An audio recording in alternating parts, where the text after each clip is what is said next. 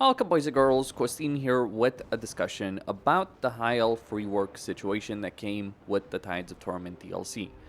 Now this is a topic I have covered in many videos, but I think the High Elf situation is a symptom of larger issues that Creative Assembly not only has with DLCs, but with the game as a whole. Before I dive into the details, there's something I do need to state about myself. I am brutally honest, and yes, I do get carried away.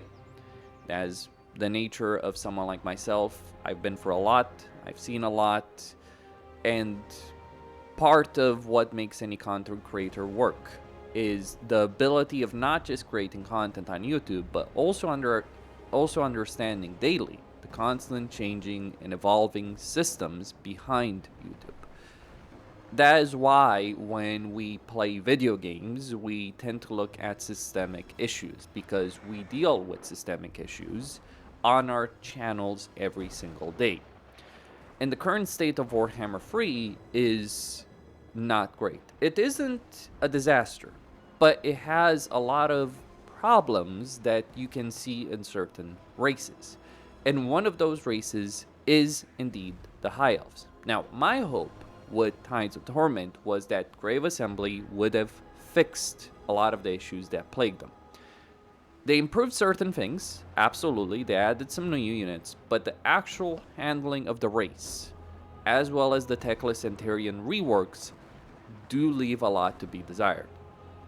One of the things to understand about the system is that making it needlessly complicated, which Creative Assembly has done and continues to do so with the High Elves ever since they were released in Warhammer 2, has created a significant number of problems. If we look at Tyrion, for instance, Tyrion has always been a very good and powerful legendary lord. Did he deserve a unique mechanic? Yes, but is the champion of Ulthuan a good mechanic for him? Not quite. Because what all of these buttons do, yes, they give you a significant amount of power, they give you a significant level of capability that you otherwise would lack. However, military benefits are not the kind of things that Tyrion needed. The influence that he gains is certainly a highly beneficial situation, but again, not strictly an important thing that he needed. What he needed was a mechanic about unifying the High Elves, because during the end times events, that is one of the things Tyrion did. That was actually the conclusion of the High Elven Dark Elven Civil War. Tyrion gathered with him certain people on his side, Malekith certain people on his side, both Dark Elves and High Elves on both sides, and it ended up being quite a mess, absolutely. But that is really the story of Tyrion, because he's always been on the knife edge between the Curse of Anarion and the Defender of Ulthuan. As for him as a legendary lord, one of the disappointments of the Tides of Torment High Elf Rework is that they did not change his skill line situation. Because at the moment, you have a choice between the Bloodline of Anarion and Majesty of Ulthuan. In fact, if we look at Majesty of Ulthuan versus Bloodline of Anarion, the better way for him to have had a unique campaign system is not a choice of a skill line, but something similar to the Kislev supporter system. Because the Kislev supporter system always works best when you balance things out. And that's always been Tyrion's problem when you look at him from a lore perspective. He is very aggressive, he's very warlike, but he also knows he needs to restrain himself. As things currently stand, the Majesty of Ulthuan is flat out better in every singular way than the Bloodline of Anarion. And as a result of that, the unique mechanics they added to him with Tides of Torment not only end up being pointless, but the lack of a skill line change means that they did not resolve one of the core issues that exists with Tyrion as a character. On top of that, Creative Assembly did, rather recently I would add, actually change his victory conditions. And in fact, I think this is something they added in with a hotfix and not strictly with a patch. Not 7.2 or 7.1, but I believe with the hotfix. I haven't seen it in any of the patch notes. Before, it used to be that you had to defeat Malekith and Morathi for short campaign victory condition. But that is not a good victory condition for a short campaign because those are your actual long-term objectives. So instead, what they've done is they've changed it to Cult of Exodus and Dreadfleet, which is far more sensical. But the problem is, the way victory conditions work for High Elves is they give you hero capacity +3 to all heroes. And this is where we get into one of the first issues of the High Elves, the hero and lord situation. Because when we look at lords and heroes, you have a combination of rather useless ones with traits, even those that you purchase with influence, though certainly Misty can be useful, or you have negative traits if you do not spend influence. Now, the influence gain for the High Elves post Tides of Torment has been increasing substantially, and especially for Tyrion, who has gained the faction effect of defending Ulthuan, and fighting battles in Ulthuan giving him extra influence. That's very good for Tyrion, though it also means that Alariel's entire campaign ends up being invalidated because she also has a mechanic about the Defender of Ulthuan, which, yes, it is a weird situation that Alariel has the mechanics that Tyrion should have, whereas Tyrion has a bunch of fluff, if you will. So that's one of the problems. But talking about lords and heroes, the influence part is a problem. You can abuse the load save character system in order to get the good traits. In particular with traits, one of the issues that does exist with them is Administrator. This is a stacking trait, so the more lords and heroes, mages do also have this, that you have in a particular province, the faster and cheaper you can construct buildings. Get enough of them, especially for load save character system, and you can construct buildings instantly and for free. So the entire influence trait system is fairly broken, and this is one of the things Creative Assembly should have improved. Furthermore, when we talk about the High Elven heroes, you do get hero capacity for short campaign victory conditions, if those victory conditions are handled well. And in many cases, they aren't.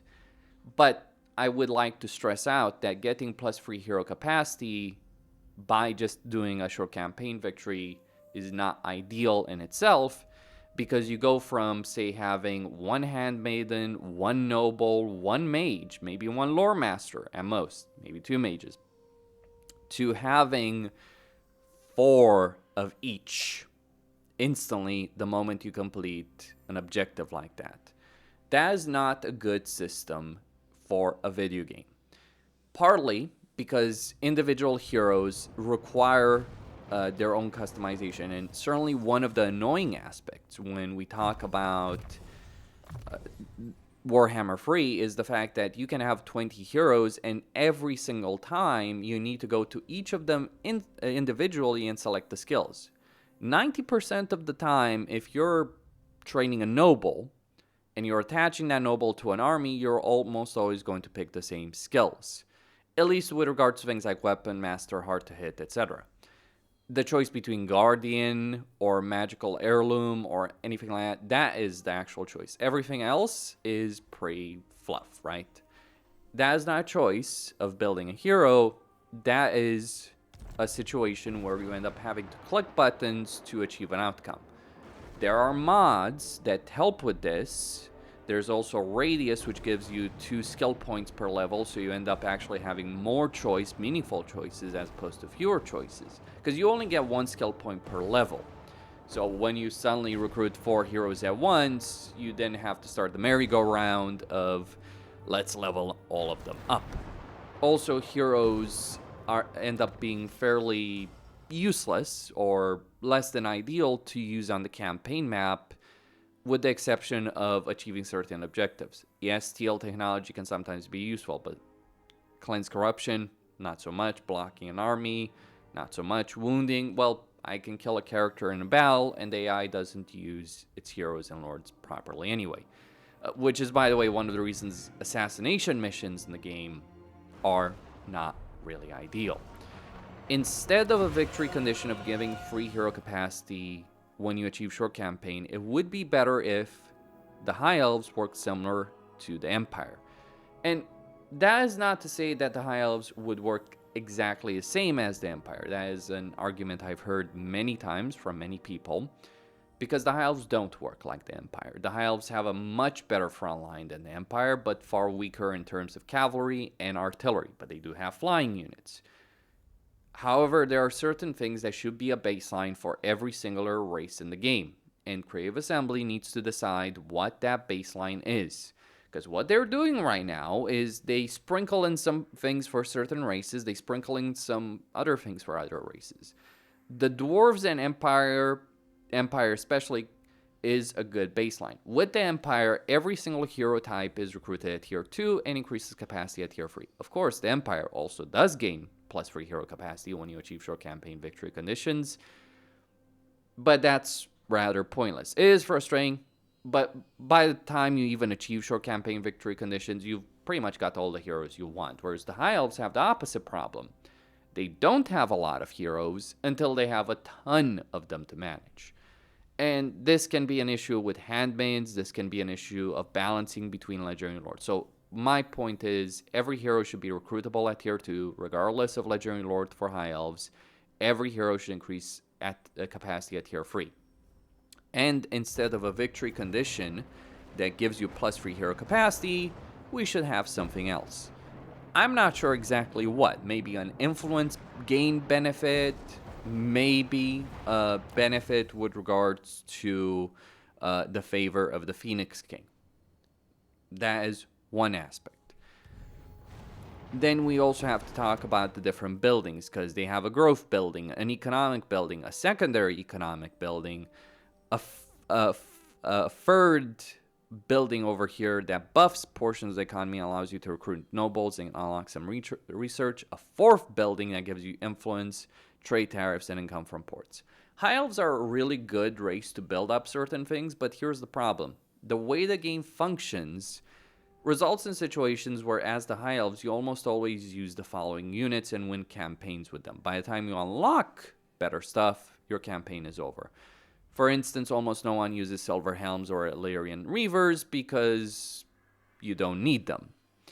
And you have limited building slots, something, by the way, mods also do by unlocking more building slots. So what you do most of the time is you recruit spearmen, you might recruit some ship company, and you recruit archers with light armor. Almost every other unit is rather pointless, with the exception of Eagle Claw bolt throwers, and only just to have siege attacker.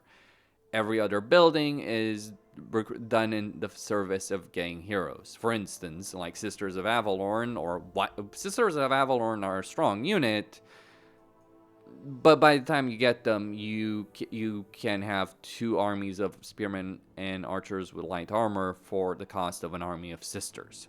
And very rarely will any player on any skill level require a full stack of sisters. Not that the full stack of sisters is good, by the way. An ideal High Elven army actually is made up of Silvering Guard, archers with light armor, and then some level of siege attacker. That siege attacker can come in the form of a dragon, can come in the form of a lord on a dragon. And of course, you can also use things like sea elementals and merworms if you get that point, but that's the more systemic issue, that the end game of Warhammer 3 does not function. So those are some of the core problems. Then we talk about the research tree. Certain things are still locked behind technology and the entire realms mechanic, where you spend a lot of gold in order to unlock benefits, while other things are locked behind trade resources and buildings. Creates a situation where basically early on in a campaign, you spend virtually all of your gold on getting Ulthuan's legacy in order to unlock spy networks, because it's a lot of money to be made for that. And then you get things like archery prowess and light Felmar armory. That is not a good research system.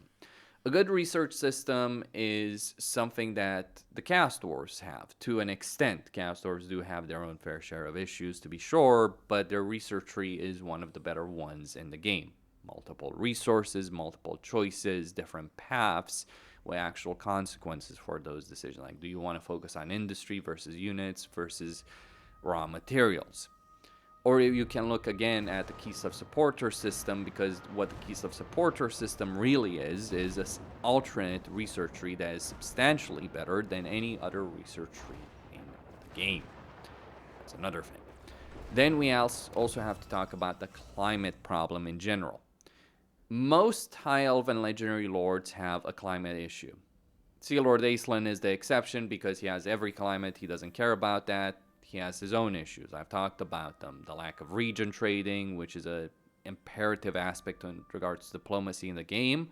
But when we look at Tyrion, for instance, he has Frozen, he has Temperate Island, and he has Savannah. That's why by that particular point of climate is why him having to eliminate Morathi and Malekith for a short campaign is meaningless, because due to the climate restrictions and the way the map is designed, by the time you do so, you are nigh on unstoppable in a campaign. And that's one of the worst ways to design and balance a game, where it's an inverted difficulty curve. That is precisely the core issue of High Elves. Their hardest portion of the campaign is early on. The easiest steamroll, no brain power required whatsoever, is later on. And this is irrespective of skill level or difficulty level. This is how High Elves work, and this is why the rework for them does not function.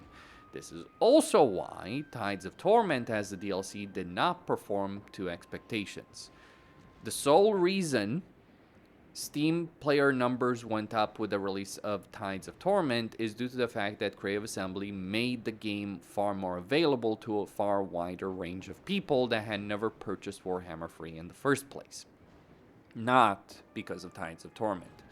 In fact, I would argue, based on the available statistics and facts we do have, that Tides of Torment was one of the worst performing DLCs. Even worse than Shadows of Change. I do not say that from the perspective of hating on the game.